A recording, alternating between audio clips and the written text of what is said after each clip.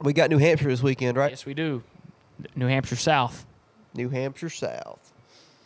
I'm excited for it. I love New Hampshire South. For those of you who don't know, for some reason, I always say New Hampshire when I'm talking about Homestead, like it's just a slip.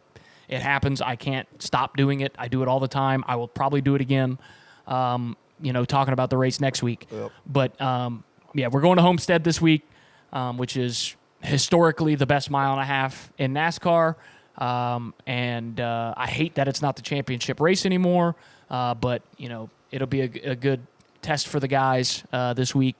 We'll see, I think, the cream of the crop rise to the top in more than one way, pun intended, because they're going to be ripping the fence up there. And I think it'll be very interesting. The past couple years those races have played out have been interesting. And I'm excited for it. Chris Buescher's not terrible there, so I'd like to see him, try to get up there and compete. Brad was fast. Brad's not bad there. 2023. We'll see. And then, Priest being there for the first time he's gonna suck. in a good car. We'll see how that goes. I think it's going to be a Hendrick Gibbs show. Maybe Penske sneaks their way in there. Blaney's really good. Blaney is good here. Joey's won a couple races here. Joey's not been good in next gen car. But you're right. He hadn't been good in the next gen car, but he is historically good at this track. So, I'm expecting a better race than this weekend, which was a decent enough race. So, I'm hoping they put on a good show, and I'll be off to watch it. So, I'm looking forward to that. He caught me Mid-swallow? Mid-swallow. Sorry. I hate that this race is not in the playoffs. I get it. The only acceptable reason to them moving this track and race from out of the playoffs to early spring is this better be the championship or just the last race of the season, or at least one of the last races of the season. If it goes away from a one race championship and go to a round championship, this needs to be in the championship round. 2026 on until the future, because this racetrack provides so many great moments. Now we've had some duds. The first year of this car at this track was not good. Truex and Larson dominated, and Truex kind of choked it away by missing his pit stall when Larson running the back of him and spinning him out on pit road, and Larson winds up winning the race. 2023, I'd say it was a very good race. You had Blaney and Larson, and then Denny was running up there, blew a tire late, and then Christopher Bell, who was bad all day, coming out of nowhere to pass all of them, winning the race to advance the championship 4. That was a good race. Then last year, obviously, we had the last lap from insanity of Tyler Reddick passing Denny and Blaney on the last lap on older tires. Yeah. Was incredible. I mean, it sucked in the moment, but looking back on it, that was an incredible finish, incredible lap from Reddick. He's a hell of a talent. So we've had some good moments here in the past couple of years at this track, and I think it's going to deliver yet again. It's a regular season race, which I think maybe could provide more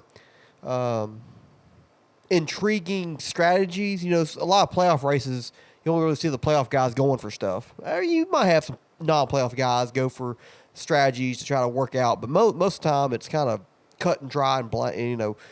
This is what's going to happen, and we'll just see who can run the fastest at the end. So, this race could provide some strategy where it's a lot of guys that are running the back, trying to get some track position, take 2 tires, stay out. Stage breaks will be interesting to see how that plays out when the cautions fall, obviously. But the racing itself is going to be key. You got to be able to ride the high line. You got to be able to you got to be able to be fast.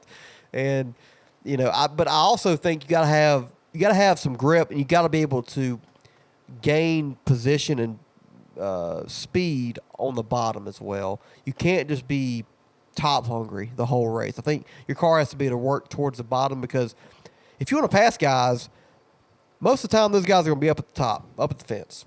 And it's going to be hard to pass somebody if they're up on the fence and you are only fast at the fence. Your car's got to be able to move around and find speed. And pit road here has been craziness over the years. We saw Kyle Larson blow into the damn barriers 2 years ago.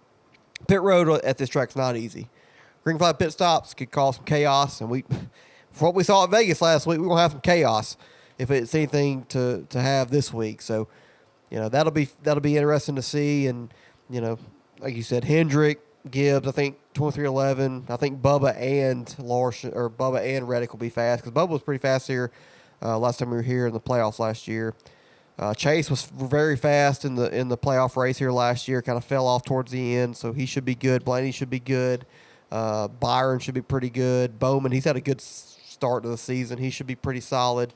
Then you got kind of like guys that can sneak in there, like a Busher, like a Kyle Busch that can contend for a win. Karsten Hocevar, he had a great run here in the playoffs last year, and so he's a pretty good track for him. So the way that 77's come out this year with speed, he should be a contender as long as he doesn't screw up. So it's going to be a fun race to see, and I'm excited for it. I have to unfortunately work this weekend, so rain permitting, hopefully I'll be able to watch most of it before I go to work on Sunday. Yeah, well, I won again this week with the 5. You lucky ass. And those two were 1 and 2 with like 60 to go.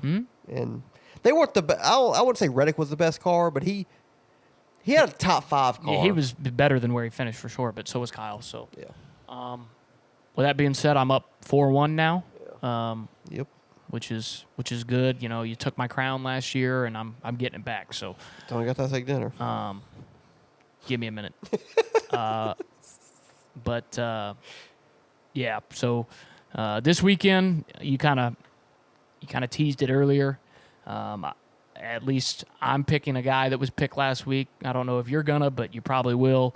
I'm going with Tyler Reddick. Won this race last year, and very good at running the top, and that's what you need to do at this racetrack to be successful. Hasn't won yet this year, and I think it's coming. And I know I said it's going to be a Hendrick Gibbs show, but that 45 is essentially a Gibbs car. So I think he and Bubba will probably be good. Riley Herbst will be terrible, but the rest of the Gibbs cars would probably be good, maybe other than the 54. And the 2311 guys, other than the Herbst car, will be good. So will not surprise me if any of those guys win. But I'm picking Tyler Reddick, 1, because I haven't picked him yet, and 2, because he's very good at the top. So, give me Tyler Reddick. Yeah, it's a good pick. I picked him last week, and it didn't work out for me. The strategy really hurt Reddick towards the end, that last caution. But, yeah, I'm pretty much doing what we did last week, just roles reversed. I'm picking Kyle Larson this weekend. It's one of his better tracks. He's kind of got off to a slow start this year. I'd said he wouldn't win more than three races this year. And so far, out of 5, that prediction is not looking too out of the ordinary, not looking too crazy. Kyle Larson, other than almost won Atlanta, that's kind of a crapshoot. This past weekend he might not be able to win the race. His strategy didn't work to his advantage. I think he finally gets his first win of the season. This is one of his better tracks, like I said. He's come very close to winning multiple races here. Won in 2022. Could have won 2023. He had tire problems here last year in the playoffs in 2024, which probably derailed him of having a chance to win the championship or winning this race last year. So I'm going with a guy that I trust. He'll probably hit the wall a couple times. He might hopefully he just doesn't bend the toe link or break the toe link, and he'll be in the top 3 all day. I think he's Kyle Larson, and it's a track where you got to run the high line, and he's one of the best at it. So.